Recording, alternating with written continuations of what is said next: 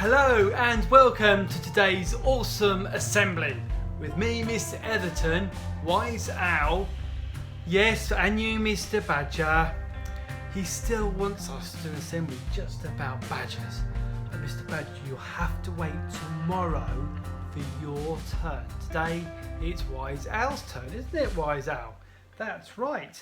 And we're going to see what's in my Wise Owl bag and we're going to have a think about that. But being a wise owl is all about being reflective. It's about thinking about thinking. It's learning about learning. It's a bit like a mirror. Now let's have a look at this mirror here. In this mirror you can see my face, and I can look in the mirror and I can have a really good think about myself and when I'm shaving, and I can learn about myself by looking in a mirror. This is quite a good mirror, this one, because if I flip it upside down, it makes me look even bigger, and I can really focus in on shaving and things like that. And with our learning, we need to do the same thing. We need to think about how we are learning. We need to learn how we are learning. And that's all about being a wise owl. Mr. Badger wants to have a go in the mirror. Two Mr. Badgers now, aren't we? Mr. Badger's found another mirror. So now we've got three Mr. Badgers. So a mirror reminds us to take a stop, pause, look at ourselves, and to think about how we're doing stuff. And here we have a wonderful picture of a wise owl. And here is another picture of a wise owl. What fantastic drawings. Well done, children. So I'm going to see if I can make an owl noise. Not twit-twoo, twit-twoo, but by putting my hands together like this and then blowing over the knuckles of my thumbs. Let's see if I can do it.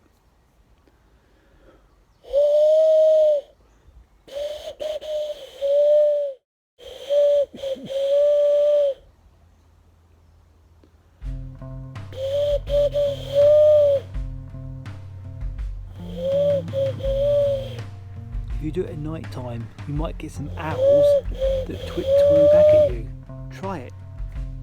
Now I've got here a treasure map. If you're going to go and find treasure, the best thing to do is, first of all, is to get hold of a treasure map. Now, we may not be after treasure, but we might want to do a big project or go on an adventure. And if you've got a map, or you plan out step by step how you're going to do something, that's a really good start. That's really being wise owl. And you can think about the problems that you might have coming ahead. Now, I've got lots of books about cycling, cycling in the southeast and cycling on the downs. But there's nothing better than an OS map like this. And you can see this one's Brighton and Lewis. It's really, really warm. And you can see that on there I've got lots of adventures that I've done, and I've had a highlighter and I've recorded where I've been or where friends have been. And I absolutely love looking at maps like this. My favourite map has to be this one. It's of the South Downs Way. And the South Downs Way, it's 100 miles from Winchester all the way to Eastbourne. And someone has very carefully taken a map and just taken all the sections that you need if you want to do the 100 miles route of the South Downs. And here we are, we can see it starts off here in Winchester, and I've labelled it number 1, and it shows you which way to go. And it's got all the different sections and tops and tips. But looking at a map is really, really important. If you're doing a really long journey like this, you have to think about where you're going to get water from. And you can see here that I've highlighted, I've circled in red, where there's a water tap where you can get fresh water to fill up your water, because there's lots of things we've done over the years where we've planned out the route and we've thought about who's going to carry tools in case we break down, who's going to take a first aid kit, who's going to do the map reading, and I love to do the map reading, so I always hope that's going to be me.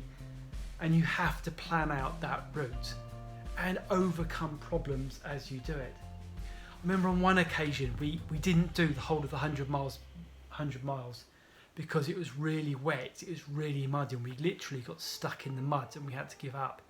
Another time, one of my friends was poorly and he hadn't had the right amount of food and drink, and again we had to give up, we had to stop.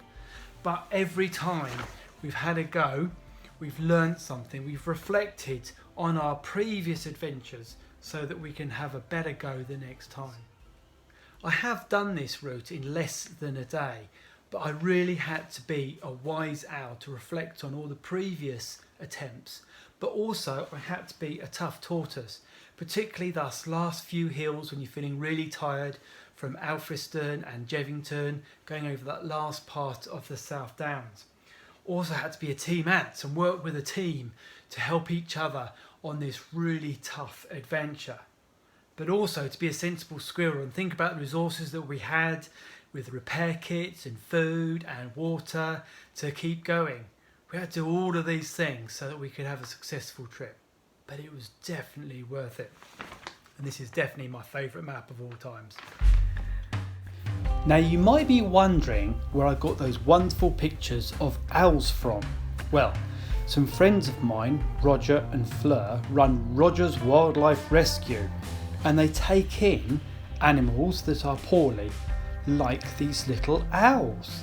Maybe they've been made homeless and need looking after a bit, and this little one has got a poorly eye, and they do a good job looking after these animals. You can look up their website on the link below and find out more about all the animals that they rescue, including badgers, of course. Now, a green pen reminds us to be flexible and change our plans. Sometimes we will write something and we will use a green pen, maybe a different colour, but we'll use a pen to make corrections, amendments, to edit our work. And it's really important that we do that. Now, when you're at home, you may not have a green pen. You might use a pencil or something else.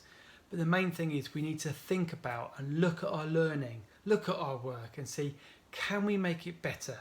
Can we do better next time? What makes you a wise owl? Learning when we make mistakes. Good job. Wise Owl has got a highlighter. Sometimes when we do our work, it's good to highlight the bits that we want to have a look at. Maybe we've got a worksheet and we want to highlight key words, maybe an exam paper, and we want to identify which are the key words, the most important ones that we need to do. It reminds us to look at all the important parts and to focus on them. It's about us being an independent learner so that we can really do our best. So sometimes grab a highlighter and use it to help you with your work. I think Wise Owl wants to look in my school bag that I've got from when I was a young child, to see if there's anything in there that can help me to be reflective and to be a wise owl. Should we have a look, Wise Owl? Yep, here we go. I've got a dictionary.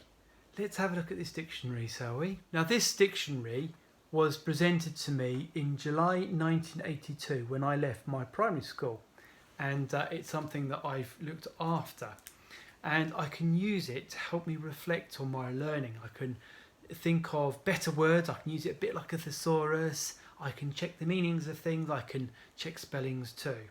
But it's amazing how things have changed as well. Let's look up some words in here to see what they mean. The word surf. Surf, waves breaking on the shore.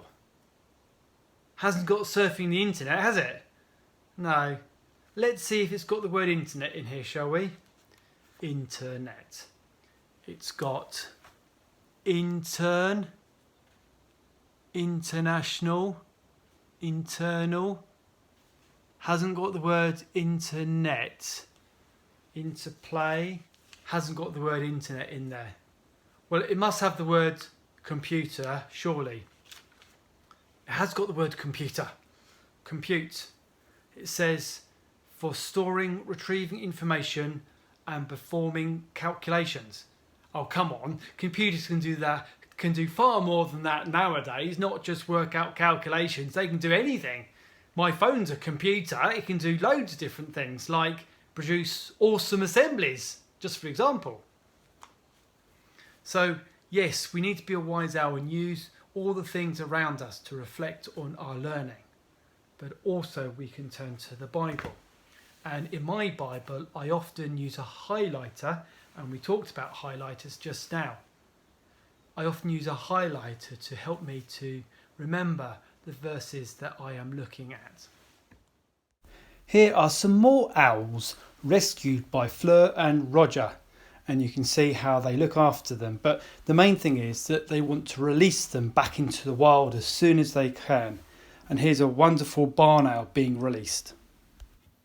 So a compass is fantastic because the needle always points to north, and you can see here the red needle with an N on it points to north. So I can move the casing around so that is all lined up, and that'll show me which way to point the map. So the lines, the blue lines on the map, the grid lines, they point to north roughly. So down here we've got Eastern Avenue, and Eastern Avenue goes along this blue line. It's exactly going north. So turn the map round. I can just line it up so the red needle is on the red arrow behind. That's matched up with where St Nicholas St Mary's School is on Eastern Avenue, which goes directly north. So that's directly north. And now the map is the correct way around. And I know that that is east, that's going south, and that's going west. So if I'm out and about, I can use the compass to make sure the map is in the right orientation. Sometimes people get lost when they're using a compass and a map, and it's because they don't use the compass correctly. And sometimes people think, well, why is my compass not working? That's really strange. Let me show you why. I've got 3 compasses here, and they are all pointing north. But why is it that this one over here has swung round and it's actually now pointing east? This one's a little bit out, but this one is still pointing to north. Let me show you. If you have a piece of metal like these scissors blades, you can make the compass go round. So you could be holding a compass, but if you've got a bunch of keys in your hand, then you're actually going to get an incorrect reading, and the compass could be pointing everywhere. It's good to reflect on what influences us and the directions that we take in life. I think Mr. Badger and Wise Owl want to go on an adventure today, and they've got some compasses ready to help them to find the way. But let's help the Lord Jesus help us to find the way in our prayers now. Dear God, please help everyone be a wise owl with their learning in and outside school. Also help everyone be wise when thinking about our planet. Amen. Dear Lord, thank you that you guide us by your Holy Spirit. But help us to be reflective. Help us to ask those big questions. Help us to plan what we're doing, but to plan things according to your will. Lord, be with us, we pray, in all that we do. Amen. Well, Mr. Badger and Wise Owl, you can go on your adventure now, can't you? That's great. Looking forward to seeing you soon. Bye-bye for now. Mr. Badger's really excited because tomorrow's awesome assembly is all about badgers.